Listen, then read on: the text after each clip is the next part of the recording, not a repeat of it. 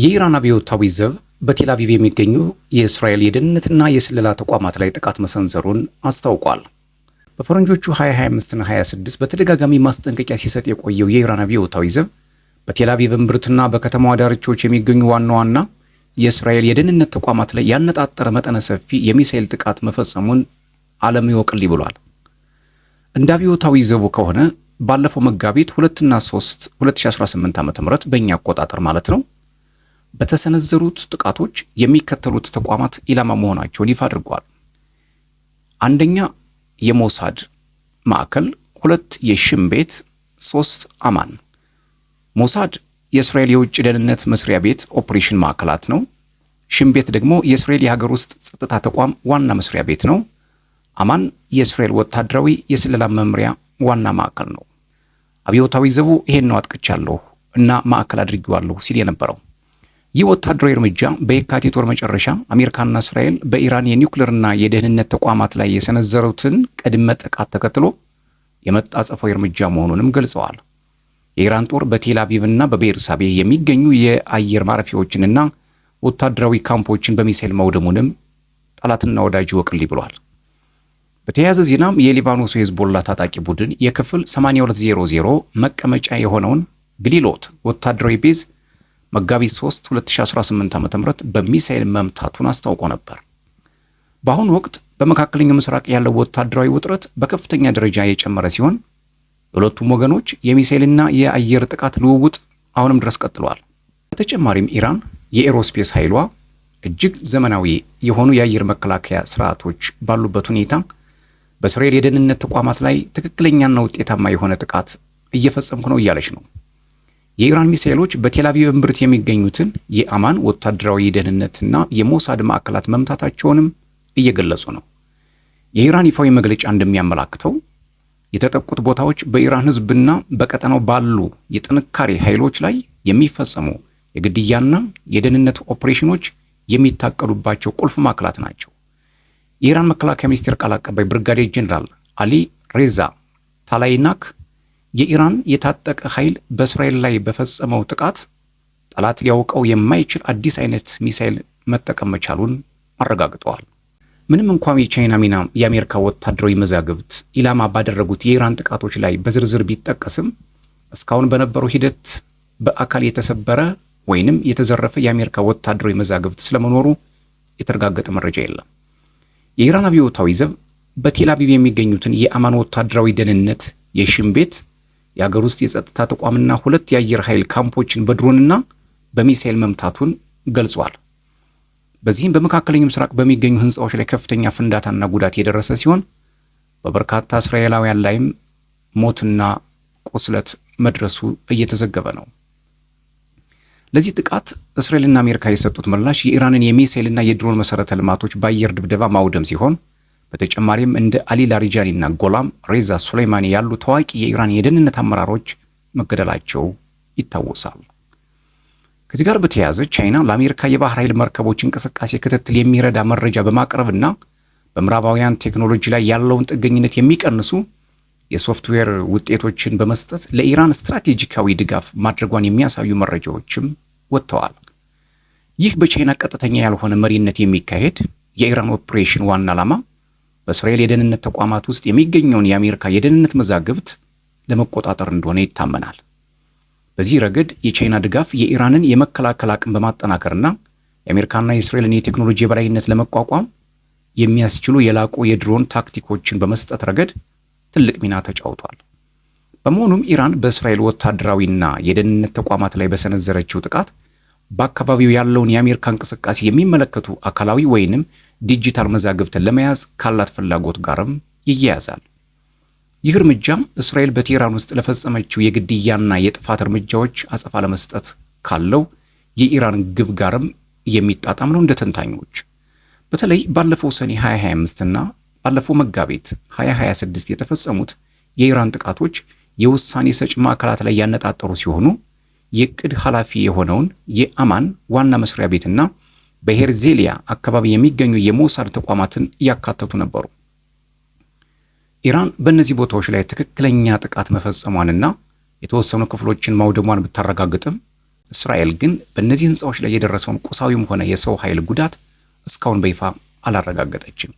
ይልቁንም እስራኤል አብዛኞቹ ሚሳኤሎች በአየር ላይ መክሸፋቸውን ወይንም ክፍት ቦታ ላይ ማረፋቸውን ብቻ ነው የገለጸችው። የቻይና ሚና በኢራን የጥቃት ስልቶች ስኬት ላይ ከፍተኛ አስተዋጽኦ እያበረከተ ሲሆን ይህም በሁለቱ ሀገራት መካከል ያለውን ጥልቅ የስለላና ወታደራዊ ትብብር ያሳያል። ይህ ትብብር በተለይ እስራኤል የምትጠቀምባቸውን የረቀቁ የራዳር ስውር አውሮፕላኖችን ለመከላከል የሚያስችሉ እንደ YLC-8B ያሉ የራዳር ስርዓቶችንና የሴንሰር ቴክኖሎጂዎችን ለኢራን በማቅረብ ላይ እያተኮረ ነው። በተጨማሪም ቻይና ከዚህ ቀደም የሞሳድ ሰላዮች የኢራንን የሲቪል ምዝገባና የፓስፖርት መረጃዎችን ሰብረው ለመግባት የተጠቀሙባቸውን የደህንነት ክፍተቶችን ለመድፈን የቴክኒክ ድጋፍ አድርጋለች። ጂንግ የምዕራባውያንንና የአሜሪካ ሶፍትዌሮችን በቀላሉ የማይሰበሩ በቻይና በተሰሩ የዲጂታል መከላከያ ግንቦች በመተካት የኢራንን ዲጂታል ሉዓላዊነት ለማጠናከርም እየሰራች ነው። ይህ እርምጃ በተለይ በፈረንጆቹ 2018 ሞሳድ የኢራንን የኒውክሌር መዛግብት ከቴህራን ሰርቆ ከወሰደ በኋላ የተወሰደ ቁልፍ እርምጃ ነው። ቻይና በቴል አቪቭ የሚገኙ የአሜሪካ መዛግብትና እንቅስቃሴዎችን የሚመለከቱ የተሟሉ መረጃዎችን ለማግኘት ፍላጎት አላት። ኢራን በእስራኤል ዋና መስሪያ ቤት ላይ የሰነዘረችው ጥቃትም በቻይና እገዛ እነዚህን የአሜሪካ መዛግብት እጅ ለማስገባት ያለመ ነው። በአጠቃላይ የኢራንና የቻይና ትብብር የኢራንን መረጃዎች ከጥቃት ከመከላከል ባለፈ የእስራኤልንና የአሜሪካን የስለላ እንቅስቃሴዎች በቅርበት ለመከታተል ያለመ ነው። በመጨረሻም የቻይና ሚና ኢራን በቴል አቪቭ ውስጥ የጀመረችውን ወታደራዊ ተልዕኮ በስኬት እንድታከናውን ትልቅ እገዛ አድርጓል። በተለይም በሞሳድና በእስራኤል ወታደራዊ ደህንነት ዋና መስሪያ ቤት የተሰነዘሩት ጥቃቶች ስኬታማ ሊሆኑ የቻሉት ቻይና ለኢራን ባደረገችው የቴክኒክና የዳሰሳ ድጋፍ ነው። ይህም ኢራን የቻይናው የቤይዱ የሳተላይት ዳሰሳ ስርዓት በመጠቀሟ የተገኘ ውጤት ነው። ኢራን በእስራኤል ግዛት ውስጥ ያነጣጠረችባቸውን ቦታዎች በከፍተኛ ጥንቃቄ መምታት የቻለ ሲሆን ከሳይበር ደህንነት ቴክኖሎጂ በተጨማሪ ቻይና በጥር 2026 ጀምሮ የምዕራባውያን ሶፍትዌሮችን በቀላሉ በማይሰበሩ የቻይና ሲስተሞች በመተካት የኢራንን የዲጂታል ሉዓላዊነት የመጠበቅ ስትራቴጂ ነድፋለች። ይህ እርምጃ ቴህራን ከአሜሪካና እስራኤል የሳይበር ጥቃቶች እንድትከላከል ታስቦ የተደረገ ነው። የቻይና ይፋዊ አቋም የአሜሪካና እስራኤልን ጥቃት የኢራን ሉዓላዊነት መጣስ ነው በሚል የኮነነ ቢሆንም በቀጥታ በጦርነት ውስጥ መሳተፏን ወይንም የጦር መርከቦቿን መላኳ ግን አስተባብላለች። እንደ ፖለቲካ ተንታኞች ኢራን የሞሳድ የሽን ቤትና የአማን ዋና መስሪያ ቤቶችን ሆን ብላ ኢላማ ማድረጓ በቻይና መሪነት የአሜሪካን መዛግብት ወይም ደግሞ አርካይቭስን ለመቆጣጠር የታለመ ሊሆን ይችላል። ይህም በቻይናና ኢራን መካከል በይፋ እየታየ ያለ ትብብር ቻይና የኢራንን የሳይበር መከላከያ በመገንባትና በጦርነቱ የፈረሱ የሚሳኤል አቅሞችን መልሶ በማደራጀት ላይ በማተኮሯ ነው። በዚህ ሁኔታ ውስጥ አንዳንድ ወገኖች በቴል አቪቭ ላይ የደረሰውን ጥቃት ውጤት የሚያሳዩ አሳሳች ቪዲዮዎችን እያሰራጩ ሲሆን ይህም የጦርነቱ አካል የሆነ የሚዲያ ዘመቻ ተደርጎ ተወስዷል። ሌላው በፈረንጆቹ 2003 የተካሄደው ወረራ መታሰቢያ ምክንያት በማድረግ ኢራቅ ላለፉት 25 ዓመታት ህልውናዋን በወሰኑና ባጠፉ የውጭ ኃይሎች መካከል ተወጥራ ትገኛለች። በፈረንጆቹ መጋቢት 19 እስከ 20 2003 ዓ.ም የአሜሪካ ቦምቦች በባግዳድ ላይ መውደቅ ሲጀምሩ የተገለጸው ተልዕኮ ነፃ ማውጣት የሚል ነበር። ከ23 ዓመታት በኋላ ግን ኢራቅ በድጋሚ በቦምብ እየተደበደበች ትገኛለች። በዚህ ጊዜ ግን ድብደባው የአገዛዝ ለውጥ ለማምጣት በሚፈልጉ የአሜሪካ ኃይሎች ሳይሆን የኢራንን ንብረቶች ኢላማ ባደረጉ የአሜሪካና የእስራኤል ጥቃቶች እንዲሁም በአሜሪካ ተቋማት ላይ በሚሰነዘሩ በኢራን በሚደገፉ ሚሊሻዎች ጥቃት ነው። እንግዲህ የኢራን የአሜሪካና እስራኤል ጦርነት ወደ ሌሎቹ ሀገራት ስለተዛወረ አሁን የአሜሪካ የጦር ሰፈሮች በሚገኙበት በባግዳድም ኢራን ከባድ ጥቃት እየሰነዘረች ነው። ኢራቅም ሳታስበው ወደዚህ ግጭት ውስጥ ገብታለች። ይህ የምስረታ በዓል በሚያሳዝን ግጥምጥሞሽ የተሞላ ነው። ወረራው ከፍተኛ እልቂት፣ ውድመትና ረዥም ጊዜ ቆየ ያለመረጋጋት አስከትሏል። በአንድ ወቅት ከ1980 እስከ 88 በነበረው መራራ የኢራንና ኢራቅ ጦርነት የኢራቅ ቀንደኛ ጠላት የነበረችው ኢራን በአሜሪካ መራሹ ወረራ ምክንያት የሳዳም ሁሴን መውደቅ የፈጠረውን የፖለቲካና የደህንነት ክፍተት በመጠቀም ትልቋ ስትራቴጂካዊ ተጠቃሚ ሆናለች። አሁን እነዚህ ሁለት የታሪክ አሻራዎች ተጋጭተዋል። በአሜሪካ ጣልቃ ገብነት የተለወጠችው ኢራቅ አሜሪካ በራሷ ጥረት ሳታስበው ጉልበት ከሰጠችው የቀጠናው ኃይል ጋር የምትፋለምበት የጦር ሜዳ ሆናለች። ጋሎፕ በቅርቡ ባወጣው ሪፖርት መሰረት ከ2009 ጀምሮ ኢራቅ በዓለም ላይ ካሉ ሀገራት ሁሉ የላቀና ቀጣይነት ያለው የደህንነት ስሜት መሻሻል የታየባት ሀገር ሆናለች። ይህ ውጤት ለዓመታት ከቆየው የጎሳ ግጭት፣ የእርስ በርስ ጦርነትና የአይኤስ መነሳትና መውደቅ በኋላ የተመዘገበ አስደናቂ ስኬት ቢሆንም አሁን ግን በብዙ ልፋት የተገኘ ሰላም አደጋ ላይ ወድቋል። የህዳር 2025ቱ የኢራቅ ምርጫ የተገኘውን እድገትና ያለውን ውስንነት ያሳየ ነበር። መራጮች ሰፊ አማራጮች ቢቀርቡላቸውም ግልጽ አሸናፊ ባለመኖሩ በልዩ ልዩ ቡድኖች መካከል ረዥም ድርድር እንዲጀመር ምክንያት ሆኗል። በዚህ ሂደት ውስጥ አሜሪካ ባግዳድ የሚሊሻዎችን ተጽዕኖ እንድትቀንስ ግፊት ስታደርግ፣ ኢራን በበኩሏ የፖለቲካና የኢነርጂ አውታሮቿን ለማስጠበቅ ተንቀሳቅሳለች። ጠቅላይ ሚኒስትር መሐመድ አልሱዳኒ የኢኮኖሚ ማሻሻያ በማድረግ የመሰረተ ልማት ግንባታን በማፋጠን የውጭ ኢንቨስትመንትን በመሳብና በነዳጅ ላይ ያለውን ጥገኝነት በመቀነስ የሀገሪቱን ሉዓላዊነት ለማስከበር ጥረት ሲያደርጉ ቆይተዋል። ሆኖም ከሁሉ አስቸጋሪው ተግባር የሀገሪቱ የጦር ኃይል በመንግስት ቁጥጥር ስር ብቻ ማድረግ ሲሆን፣ ይህም በይፋ የመንግስት የጸጥታ አካል ቢሆኑም ከቴህራን ጋር የጠበቀ ግንኙነት ባላቸው ጠንካራ የህዝባዊ ንቅናቄ ኃይሎች ምክንያት ፈታኝ ሆኖባቸዋል። ከየካቲት 21 ቀን 2018 ዓ.ም ወይንም ፌብሩዋሪ 28 2026 ጀምሮ በአሜሪካና እስራኤል በኢራን መካከል የተቀሰቀሰው ጦርነት ከተጀመረ ወዲህ ከኢራን ጋር የሚወግኑ ታጣቂዎች በአርቢል ዓለም አቀፍ አውሮፕላን ማረፊያ፣ በአሜሪካ ቆንጽላና በባግዳድ በሚገኘው የአሜሪካ ኤምባሲ አካባቢ ተደጋጋሚ ጥቃቶችን ፈጽመዋል። በተጨማሪም በኢራቅ ኩርዲስታን በሚገኙ ወታደራዊ ካምፖች፣ አውሮፕላን ማረፊያዎች፣ ሆቴሎችና የነዳጅ ተቋማት ላይ በመቶዎች የሚቆጠሩ ድሮኖች ተተኩሰዋል። ጦርነቱ ወደ አራተኛ ሳምንቱ በያዘበት በዚህ ወቅት በሮኬትና በድሮን የሚሰነዘረው ጥቃት አገርሽቶ መቀጠሉን እያሳየ ነው። በዚህ የቅርብ ጊዜ ግጭት አንዳንድ የህዝባዊ ንቅናቄ ኃይሎች አንጃዎች ከኢራን ጋር ባላቸው ጥልቅ የምጣኔ ሀብት፣ ወታደራዊና የርዕዮተ ዓለም ቁርኝት እንዲሁም ለህልውናችን የምናደርገው ትግል ነው በሚል እሳቤ በራሳቸው ፍቃድ በከፍተኛ ደረጃ እየተንቀሳቀሱ ይገኛሉ። ካታይብ ሂዝቦላህ እስራኤል በቤይሩትና ባግዳድ ውስጥ በምትወስደው እርምጃ ላይ በመመስረት በአሜሪካ ኤምባሲ ላይ የሚሰነዘረው ጥቃት ለ5 ቀናት እንዲቆም መወሰኑን ቢያሳውቅም ውሳኔው በተግባር የመፈጸሙና የመቀጠሉ ጉዳይ ግን አጠራጣሪ ነው። ለዚህ ምላሽ ለመስጠት አሜሪካ በኢራቅ በሚገኙ ታጣቂዎችና አዛዦች ላይ የጦር መሳሪያ ግምጃ ቤቶች ላይ የአየር ድብደባ ፈጽማለች።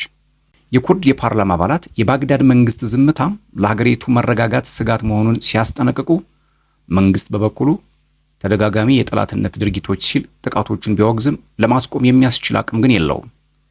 በሌላ በኩል ኔቶ ወታደራዊ ስልጠናውን በማቋረጥ አባላቱን ማስወጣት የጀመረ ሲሆን፣ ይህም ቀድሞውኑ ለተዳከመው የኢራቅ የጸጥታ ኃይል የሚሰጠውን የውጭ ድጋፍ ይበልጥ እንዲላላ አድርጎታል። 90 ከመቶ በላይ የሚሆነው የኢራቅ ብሔራዊ ገቢ ከድፍድፍ ነዳጅ ኤክስፖርት የሚገኝ በመሆኑ ሀገሪቱ በውጭ ተጽዕኖዎች በቀላሉ ለችግር የምትጋለጥ ሆናለች። አሁን ያለው ቀጠናዊ ጦርነት ይህንን ተጋላጭነት ወደ ከፍተኛ ቀውስ ቀይሮታል።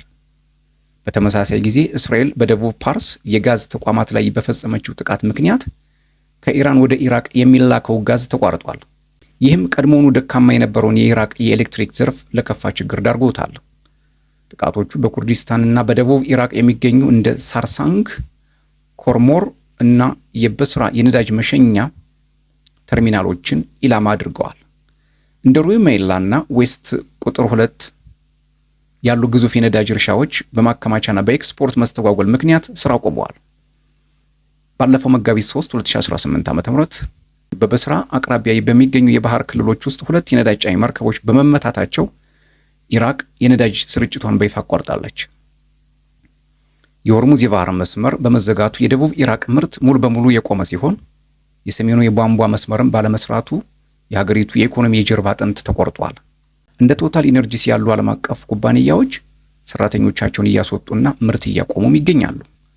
የሚገርመው ተቃርኖ ደግሞ ጦርነቱ ከተጀመረ ወዲህ የነዳጅ ዋጋ ከ$7 ተነስቶ አሁን ወደ 130 ወይም ደግሞ ወደ $113 ቢጨምርም ኢራቅ ግን ከዚህ ተጠቃሚ መሆን አልቻለች። ምክንያቱም ገቢ የሚገኘው ከዋጋው ጭማሪ ሳይሆን ምርቱን ለገበያ በማቅረብ ነው። ኢራቅ ደግሞ ደህንነቱ ያልተጠበቀ ምርት መላክ አትችልም። በተጨማሪም በባግዳድና በኩርዲስታን ክልላዊ መንግስት መካከል ያለው የቆየ ቅራኔ የሰሜኑን ምርት በቱርክ በኩል ለመላክ የሚደረገውን ጥረት አዘግይቶታል። ምንም እንኳ አሁን ስምምነት ላይ ቢደረስም በሌሎች አካባቢዎች ያለው ጫና እስካልቀለለ ድረስ ውጤቱ አነስተኛ ይሆናል። በአሁኑ ወቅት የኤክስፖርት ስርዓቷ የተመታው ባግዳድ በባህር መስመሩ በኩል መርከቦች እንዲያልፉ ከቴህራን ጋር እየተደራደረች ሲሆን ይህም የኢራቅ አማራጮች ምን ያህል እየጠበቡ መሄዳቸውን ያሳያል። በተመሳሳይ በቱርክ በሶሪያና በዮርዳኖስ በኩል ሌሎችም የኤክስፖርት መንገዶችን ብትፈልግም እነዚህ መስመሮች ከጦርነቱ በፊት የነበረውን የምርት መጠን ሊተኩት አልቻሉም። ዛሬ ኢራቅ ያለችበት አስቸጋሪ ሁኔታ መነሻው የ2003 ወረራ ነው። ሳዳም ሁሴንን ከስልጣን ያወረደው ያ ወረራ የኢራቅን መንግስታዊ መዋቅርም ጭምር አፈራርሶታል። ከዚያ በኋላ ባሉት 10 ዓመታት ከ1 ትሪሊዮን ዶላር በላይ የነዳጅ ገቢ ወደ መንግስት ካዝና ቢፈስም ዘላቂ ልማት ግን አልመጣም። ይህም የሀገሪቱ ኢኮኖሚ ሀብት በመፍጠር ላይ ሳይሆን ያለውን የነዳጅ ሀብት በማከፋፈል ላይ ብቻ እንዲያተኩር አድርጎታል። ይህ ታሪካዊ ጠባሳ ተቋማዊ ብቻ ሳይሆን መዋቅራዊም ነው። የኢራቅ የነዳጅ ገቢ የሀገሪቱ የጀርባ አጥንት የሚቀመጠው በአሜሪካ የፌዴራል ሪዘርቭ ውስጥ በመሆኑ ዋሽንግተን በኢራቅ የፋይናንስ ስርዓትና በሀገር ውስጥ አስተዳደር ላይ ከፍተኛ ተጽዕኖ እንድታሳድር እድል ሰጥቷታል። ይህ የውጭ ጥገኝነትና የሀገር ውስጥ መከፋፈል ጥምረት ኢራቅ ዛሬ ለምን በቀላሉ ለችግር እንደተጋለጠች ያሳያል። የኢራቅ የቅርብ ጊዜ ተስፋ እጅግ ደካማ ነው። ምንም እንኳን የሀገሪቱ ማዕከላዊ ባንክ ክምችት የአንድ ዓመት የገቢ ዕቃዎችን ለመሸፈን ቢችልም ረጅም ጊዜ የፈጀው ግጭት ግን መጠነ ሰፊ የኃይል መቆራረጥን፣ የደሞዝ ክፍያ መዘግየትንና በነዳጅ ላይ ብቻ ጥገኛ በሆነው ኢኮኖሚ ውስጥ የሥራ አጥነት መጨመርን አስከትሏል። የመንግስት የመንቀሳቀስ አቅም በፋይናንስና በወታደራዊ ጥገኝነት ብቻ ሳይሆን በውጭ ኃይሎች ግፊትና በሀገር ውስጥ ባሉ የታጠቁ ቡድኖች ተጽዕኖ የተገደበ በመሆኑ ገለልተኛ መንገድ ለመከተል ያለው እድል ጠባብ ነው። የጠቅላይ ሚኒስትር ሱዳን የማሻሻያ ዕቅድ ከሚሊሻዎች ጋር ግንኙነት ካላቸው አንጃዎች ከፍተኛ ተቃውሞ የገጠመው ሲሆን ደካማ ተቋማትና ራሳቸውን የቻሉ የታጠቁ ቡድኖች የሀገር ውስጥ አስተዳደርን ብቻ ሳይሆን የቀጠናውን መረጋጋትና የኤነርጂ ገበያን አደጋ ላይ ጥለውታል። ምንም እንኳ ፖለቲካዊ ውይይቶች ቢቀጥሉም እንደ የተኩስ አቁም ስምምነትን ማስከበር፣ የኢንቨስትመንት ዋስትናና ስልታዊ ሀብቶችን የመቆጣጠርና የመሳሰሉ ዋና ዋና የስልጣን መክፈቻዎች አሁንም በውጭ ኃይሎች እጅ ናቸው። 2003 ወረራ ከሁለት አስርት ዓመታት በኋላ ኢራቅ በፈረሰው የቀድሞ ስርዓትና ገና ባልተጠናከረው አዲሱ ስርዓት መካከል ተወጥራ ትገኛለች። የሀገሪቱ ኢኮኖሚ፣ የጸጥታ መዋቅርና የፖለቲካ ተቋማት አሁንም የውጭ ጣልቃ ገብነትን፣ የመከፋፈልንና የውጭ ጥገኝነትን አሻራዎች ያንጸባርቃሉ። ይህ ሁኔታም ኢራቅ በሀብቷ በታጠቁ ቡድኖቿና በውጭ ግንኙነቷ ላይ እውነተኛ ስልጣን እስካልተቀናጀች ድረስ የሀገሪቱን ጉዞ መወሰኑ ቀጣዩን ፈተና ያደርግባታል። ይህ ሁኔታ ኢራቅ በሀብቷ በታጠቁ ቡድኖችና በውጭ ግንኙነቷ ላይ እውነተኛ ስልጣን እስካልተቀናጀች ድረስ ሀገሪቱ በጠመዝማዛ መንገድ ላይ መሆኗን የፖለቲካ ተንታኞች ይናገራሉ። ሰብስክራይብ፣ ላይክ፣ ሼር፣ ኮሜንት እያደረጋችሁ ቤተሰብ ሁኑ። ሰላም።